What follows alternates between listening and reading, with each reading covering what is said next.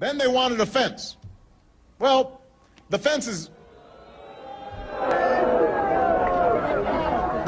now basically complete. Then we've gone further.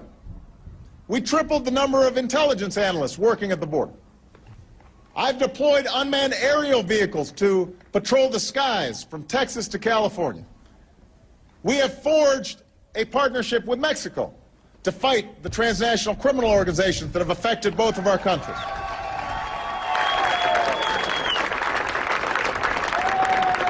And for the first time,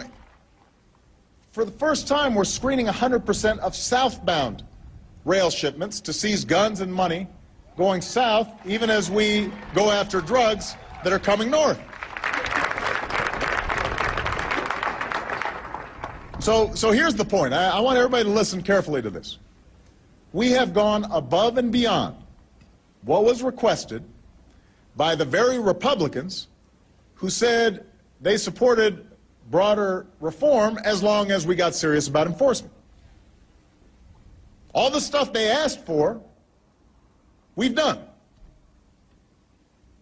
But even though we've answered these concerns, I've got to say I suspect there's still going to be some who are trying to move the goalposts on us one more time. You know, they said we needed to triple the Border Patrol. Or now they're going to say we need to quadruple the Border Patrol. Or they'll want a higher fence. Maybe they'll need a moat. Maybe they want alligators in the moat. 9 years after 9/11, the United States is still facing a major terror threat. You may be surprised to learn who agents are catching trying to cross the border from Mexico.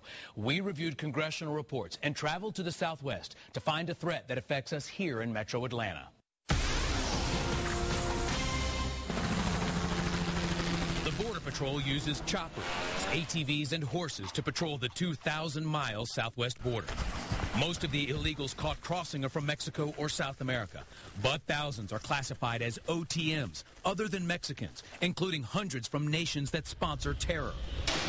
These are the records we obtained at this federal detention center near Phoenix, Arizona. We found illegals from Afghanistan, Egypt, Iran, Iraq, Pakistan, Sudan, and Yemen in custody. We have left the back door to the United States open. Former Arizona Congressman J.D. Hayworth has seen the intelligence reports. And we have to understand that there are people who definitely mean to do us harm who have crossed that border. This Arizona rancher doesn't want to be identified because he fears the Mexican cartels who smuggle drugs and people near his property.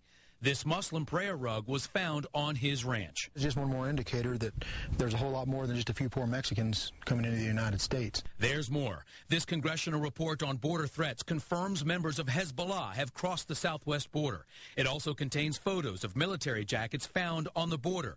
The Arab insignia reads, "Martyr, way to eternal life." The other depicts a plane crashing into the Twin Towers. The American public has been kept in the dark about this whole issue. Dave Stoddard was a Border Patrol agent for 20 years.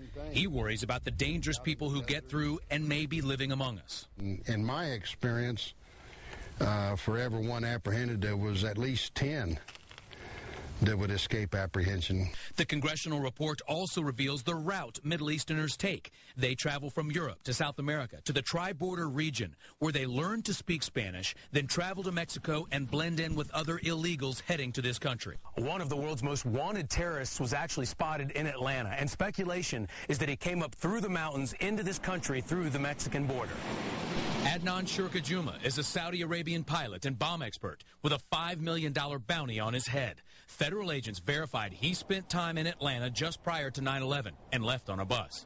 In 2004, Shurka Juma was one of 7 al-Qaeda members the feds were looking for after they were spotted in Central America and believed to be heading for the U.S. The most grave concern from the congressional report, that Mexican drug cartels will help terrorists smuggle weapons across remote border crossings. Because if we learn nothing from 9/11, certainly we should have learned that borders are important. And former Arizona Governor Janet Napolitano is now Secretary of Homeland Security. We wanted to ask her about the border threat, but our request for an interview was never answered.